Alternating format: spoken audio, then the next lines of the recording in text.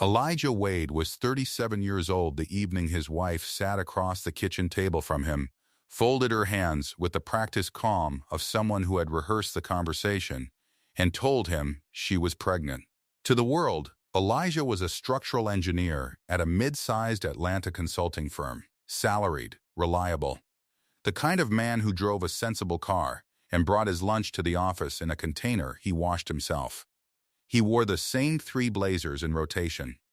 His wedding ring was plain gold. Celeste's friends called him steady, which was not quite a compliment in the way they meant it, and she had smiled when they said it and not corrected them.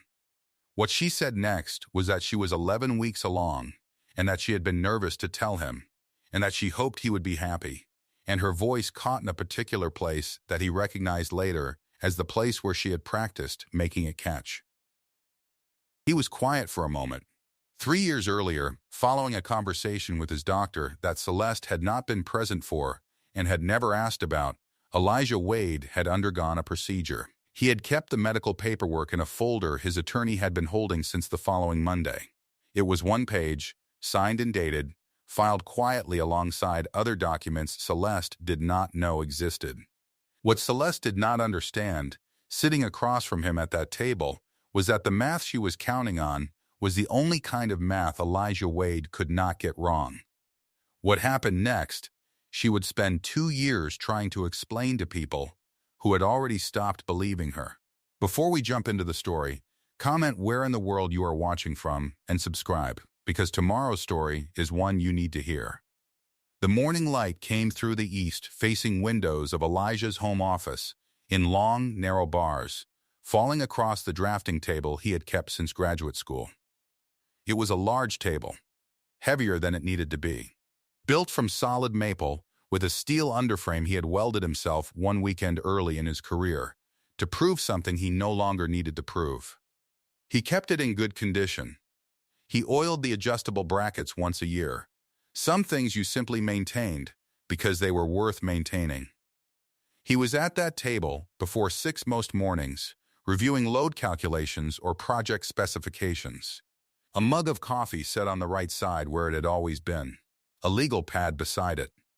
He was a structural engineer by training, and by temperament, he saw the world in terms of load and capacity, of what held and what failed, and why, of the invisible forces bearing down on visible things. He understood that the failure of a structure was almost never sudden, almost never a surprise to anyone who had been paying attention. His firm, Keystone Structural Consultants, had been built the same way he built everything else, quietly, methodically, without announcement. He had founded it 8 years ago under a holding entity, brought in 2 senior partners who ran the day-to-day operations and whose names appeared on the letterhead, and continued drawing a modest coordinator salary from the company payroll so that his personal financial profile remained unremarkable to anyone who looked at the surface of it. The firm now employed 19 people and held contracts with 4 of the largest commercial developers operating in the Atlanta metro.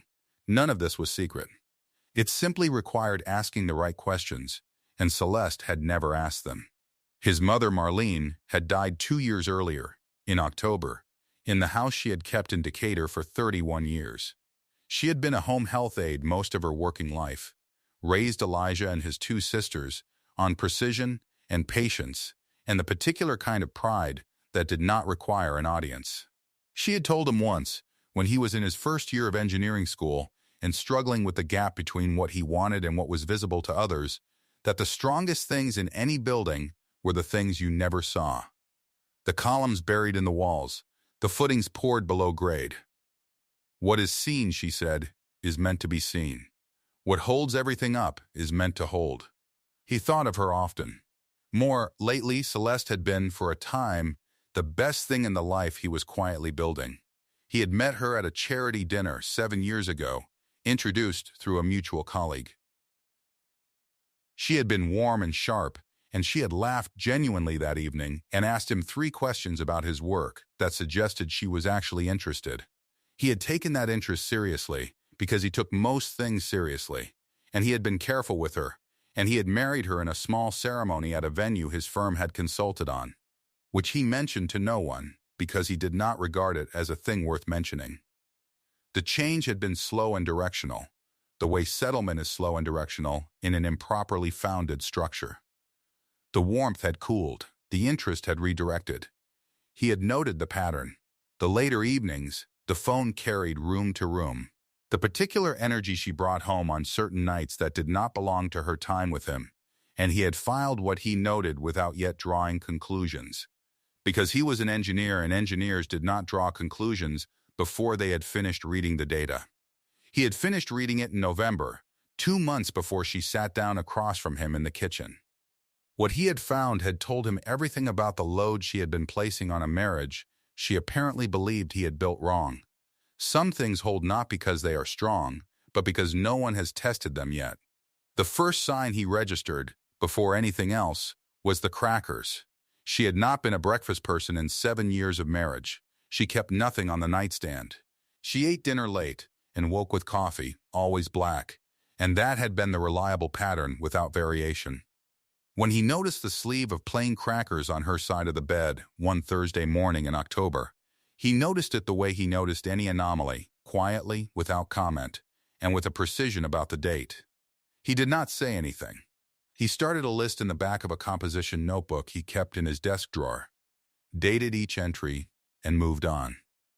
The nausea came 3 weeks after the crackers. He heard it from the hallway twice, before she told him she thought she might have a stomach bug, which was plausible, which was the kind of explanation designed to be plausible and nothing more. He accepted it without comment.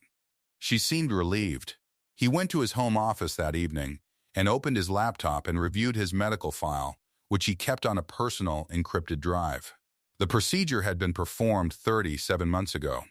The documentation was complete, and had been since the week of the procedure, when he had stored the signed paperwork alongside other documents he maintained with the same discipline he brought to every structure he was responsible for. He looked at the date, looked at the calendar, and sat with the arithmetic for less than a minute before closing the laptop and going back downstairs to finish the dinner he was making. His hands did not shake. His face remained perfectly calm. He had known, or known enough, since November. The name Brandon Holt had appeared first on Celeste's phone screen. A preview notification she had not moved quickly enough to clear on a Tuesday evening in the kitchen, and then in her call log on a Thursday, when she had set the phone unlocked on the counter and stepped out to the car for something she had forgotten. He had not opened her messages. He had not needed to. He was an engineer. He did not need to inspect every failure point to understand where the load had gone. The frequency of the calls, the specific times, the Tuesdays and Thursdays when she worked late and came home carrying an energy that did not belong to the office, the pattern was legible. He had photographed the call log, time-stamped it, and uploaded it to his encrypted drive. He had then gone back through 6 months of credit card statements, which Celeste managed but which he had quiet access to, and he had found 8 restaurant transactions on evenings she had claimed to be at work functions, all at establishments that appeared once and never twice, the way a careful person cycles through places they do not want to become associated with. He wrote each one in the composition notebook with its date and dollar amount, $4,100, spread across 8 evenings over 6 months. He moved with the same deliberate calm that defined all his actions. In the weeks between November and the evening she sat down at the kitchen table, he had been careful to continue exactly as he had always been. He had eaten dinners with her and asked about her days and listened to the answers and given nothing away, because this was not difficult for him. He had been patient his entire adult life. Patience was not an effort. It was a professional condition. When she told him she was pregnant, and he sat with her words for a moment and allowed a single involuntary exhale to escape him, not a laugh. Exactly, but the quiet sound a structural engineer makes when he sees the crack that explains the whole collapse, she misread it as emotion. She reached across the table and put her hand on his. He looked at her hand. He looked at her face. He said, "How far along?" 11 weeks, she said. He nodded once, very slowly, the way he nodded when someone presented him with a set of calculations that were internally consistent, but built on a flawed assumption. "All right," he said. He stood. He refilled his coffee. He asked her what she wanted for dinner. He called his attorney the following morning. The foundation had always been wrong. He had simply been the last one to put weight on it. His attorney was a woman named Denise Crowder, 54 years old, with an office in Buckhead and the unhurried manner of someone who had seen every version of this particular situation and found none of them surprising. She had handled the original corporate structure of Keystone Structural and had been his counsel on 4 real estate transactions since. She did not flinch at new information. He appreciated that consistently. He sat across from her that Wednesday morning with a single manila folder on his lap. "She believes the child is mine," he said. Denise looked at him without expression. "Is there any possibility?" "No," he said. "None." He placed the medical documentation on her desk. She read it in 60 seconds. She set it down and picked up her pen and said, "Then she has a problem she doesn't know she has yet." She drew a line on her legal pad. "Tell me about the firm," he told her. She wrote steadily for several minutes, asking 2 clarifying questions about the holding structure and one about the date of their marriage relative to the firm's founding. She circled a number and underlined a phrase. She looked up. "The firm predates the marriage by 14 months, she said. "Correct. She has no documented involvement, no equity stake, no signatory role." "Correct." Denise set her pen down and folded her hands on the desk in a way that meant the preliminary analysis was complete. "Then in Georgia's equitable distribution framework, Keystone Structural is yours.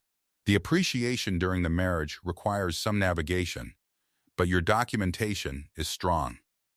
I'll have a full analysis to you by Friday." He thanked her and stood.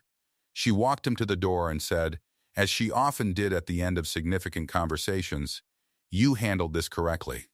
He did not say that handling things correctly had been the only available option. He simply nodded and left. 2 days later, he drove to Decatur to sit with his uncle, Gerald, his mother's younger brother, a retired Fulton County court clerk who had seen more paperwork than most people saw in several lifetimes, and who had never in his 70 years on this earth been surprised by what human beings were capable of when they believed they were unobserved. They sat on Gerald's back porch with sweet tea, and Elijah told him the whole of it plainly, as he told all things. Gerald was quiet for a long time. Then he said, "Your mother always said you were the one who saw things before they happened." "She did," Elijah said. "She was right." Gerald picked up his glass. "What do you need from me?" "Nothing," Elijah said. "I just needed to say it to someone who knew her." Gerald nodded. They sat for another 40 minutes talking about other things, a property Gerald was thinking of selling, a nephew who was starting college in the fall, the way the Decatur neighborhood had changed around them. When Elijah stood to leave, Gerald put a hand on his shoulder and said the thing Elijah's mother would have said, that a man who builds on solid ground does not mourn the buildings other people put up on sand. The following week, on Gerald's recommendation, Elijah retained a separate investigator, a quiet firm Gerald had referred work to during his years at the clerk's office, to complete what the call log and credit card statements had started. What they returned 3 days later was a full accounting of Brandon Holt's circumstances, a sales role that paid well but not exceptionally, a lease on a midtown apartment in his name only, a prior relationship in which a paternity matter had been contested and subsequently resolved through DNA testing. The investigator also turned up a detail that told Elijah everything about the shape of what Celeste had been calculating. Brandon Holt had, 6 months earlier, listed a beneficiary on his employer life insurance policy. The name was not Celeste's. Whatever she had been building with Brandon Holt, he had not been building the same thing back. Denise reviewed the investigator's summary on a Friday afternoon and wrote 2 additional lines on her legal pad. She said the paternity documentation and Brandon's insurance filing would matter if there was any subsequent dispute about the child's legal status and the estate. She said the word estate the way she said all legal terminology, precisely, without drama, as a word that meant exactly what it meant and no more. He took the folder home, placed it in his locked desk drawer, and went downstairs and made dinner. Celeste came in at 6:30, set her bag down, asked how his day had been. He said it had been productive. She asked about a project she had heard him mention the week before, something about a mixed-use development in Sandy Springs. He told her it was moving forward well, that the client was satisfied with the load analysis, that they expected to break ground in the spring. She nodded and set the table. He served the food. They ate together in the kitchen of a house that belonged to both of them, and that he had already begun, in his mind, to classify as a structure he was no longer responsible for maintaining. He asked if she was feeling all right. She said a little tired, but better than yesterday.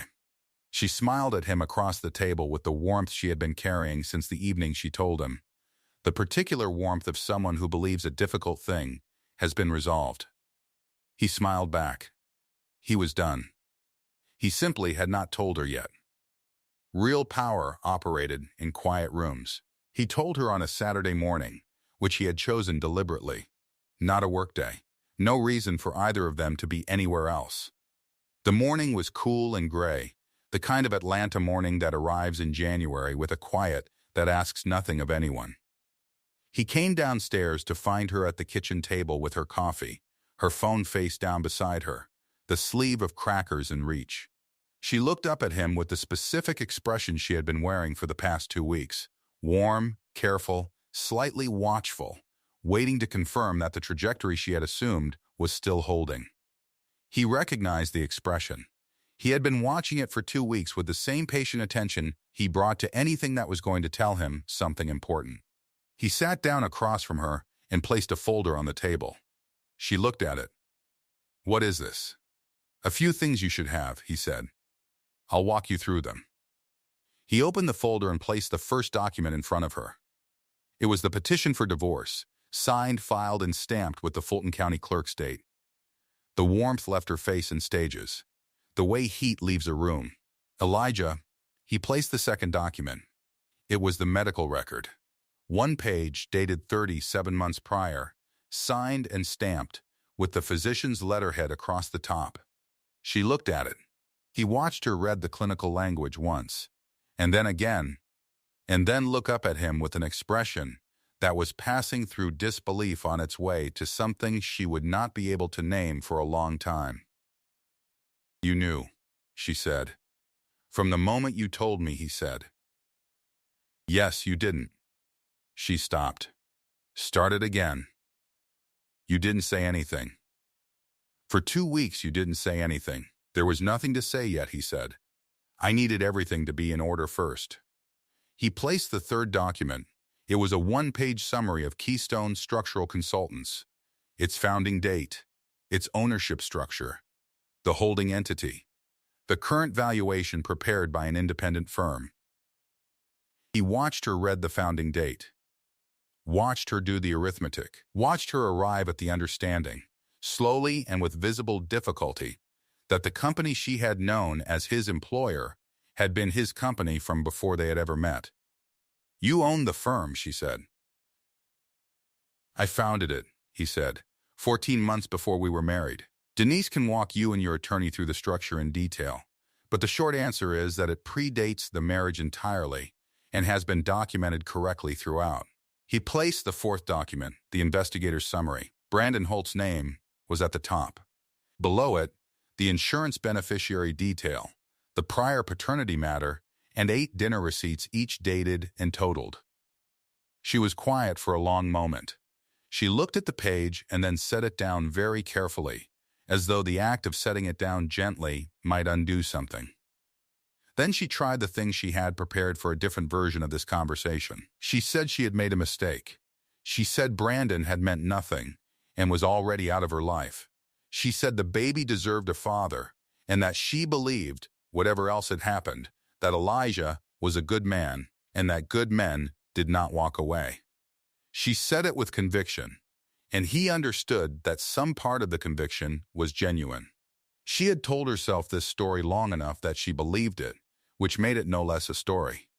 He listened to all of it. He did not interrupt. He let her finish completely, and he waited a few seconds after that to be certain she was done.